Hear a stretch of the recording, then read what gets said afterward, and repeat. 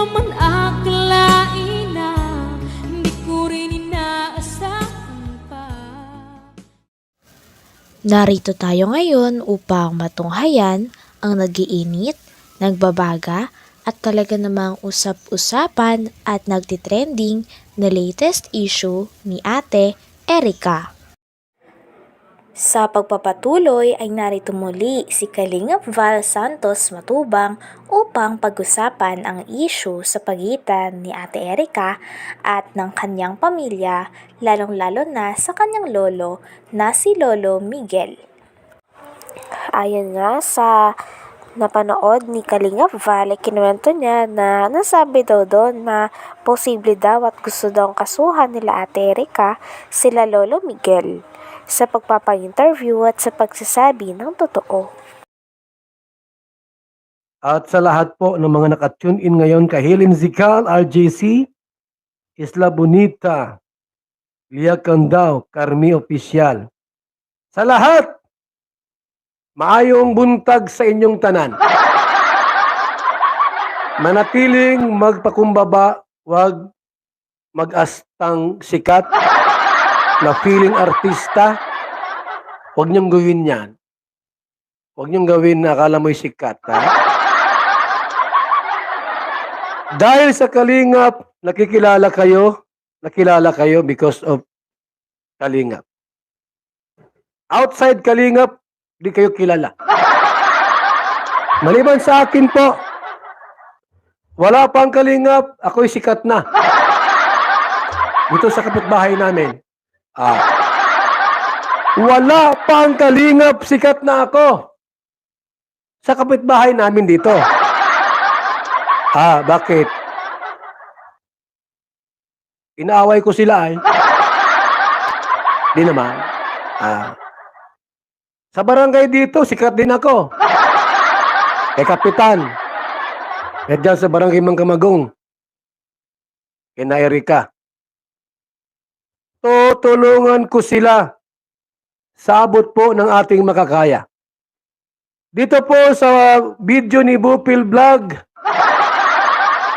ay binanggit din po ni Ate Gina na si Lolo Miguel kakasuhan din nila.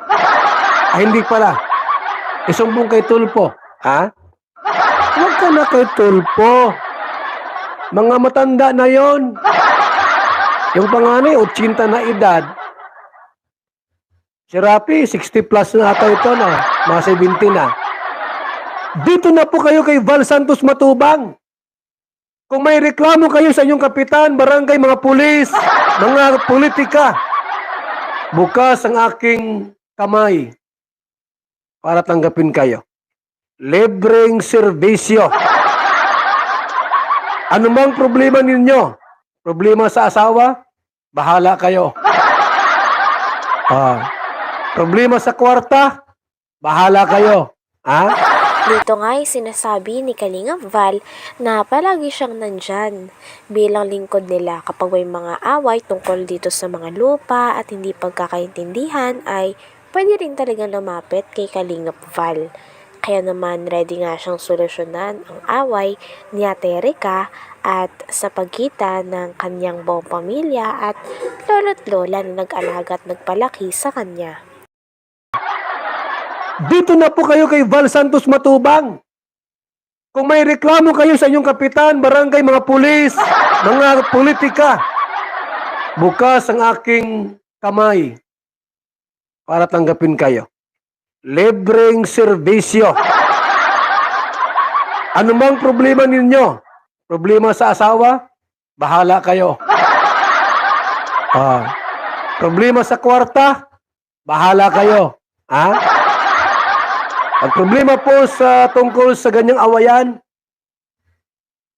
lupa, nandito po ang inyong abang lingkod, Val Santos Matubang.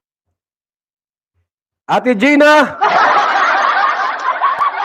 hintay mo ako dyan at pupuntahan kita, magbihis ka, maligo, magpabango. Ito pabango, wala lang laman mga kaibigan, no? Wala na akong pabango, baka meron dyan mga ekstrang pabango dyan.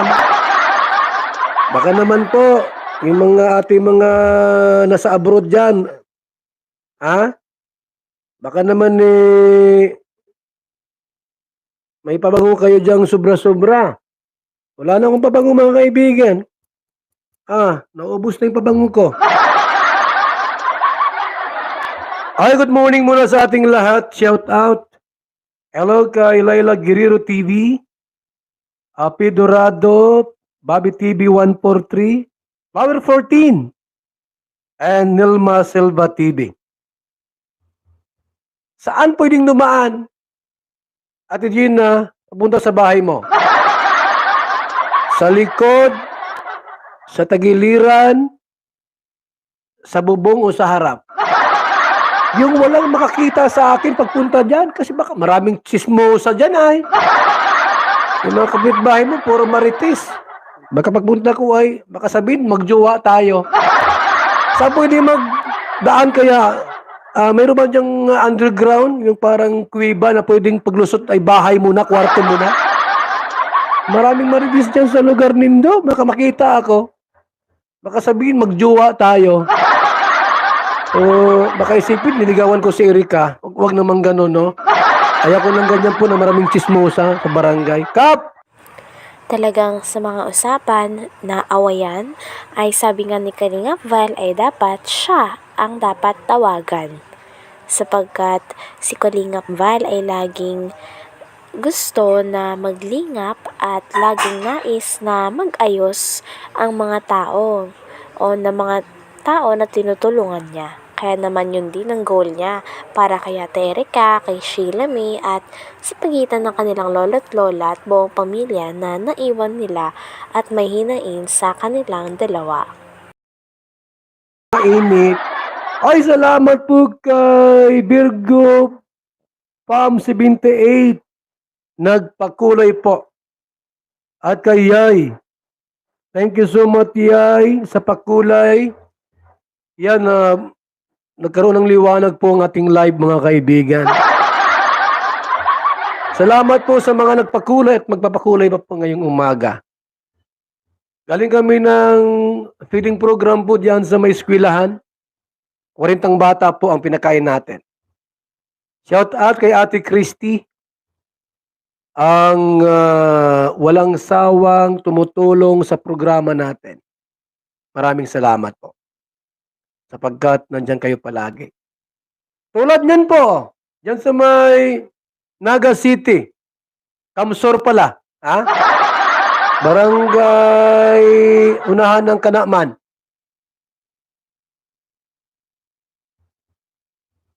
Kawawang pamilya po, tinulungan po natin. Sobrang kawawa po. Yung ina, ang trabaho po ay maggagawa ng pawid. Piso isa. Isang pawid. Piso ang isa. Kasi hindi man yun sa kanya. Ano lang siya. Nakikitrabaho lang. 100 pawid, 100 piso. Kaya sabi sa akin kahapon, sabi ko, Nay, nakailang, nakamagkano na po kayong kita? Wala pang 50, Kuya Bal. Ganon kahirap ang kanilang sitwasyon. Tutulong tayo sa abot ng ating makakaya. Tutulungan po natin sila. Sapagkat sila po ay mga karapat-dapat tulungan. Tulad ni Gina, ay na ni Erika. Ang reklamo niya po, binablog daw po ni Kalinga Prab at ni Singkong Duling, hindi binibigyan. Alamin natin po ang buong katotohanan. Dadali natin sa korte.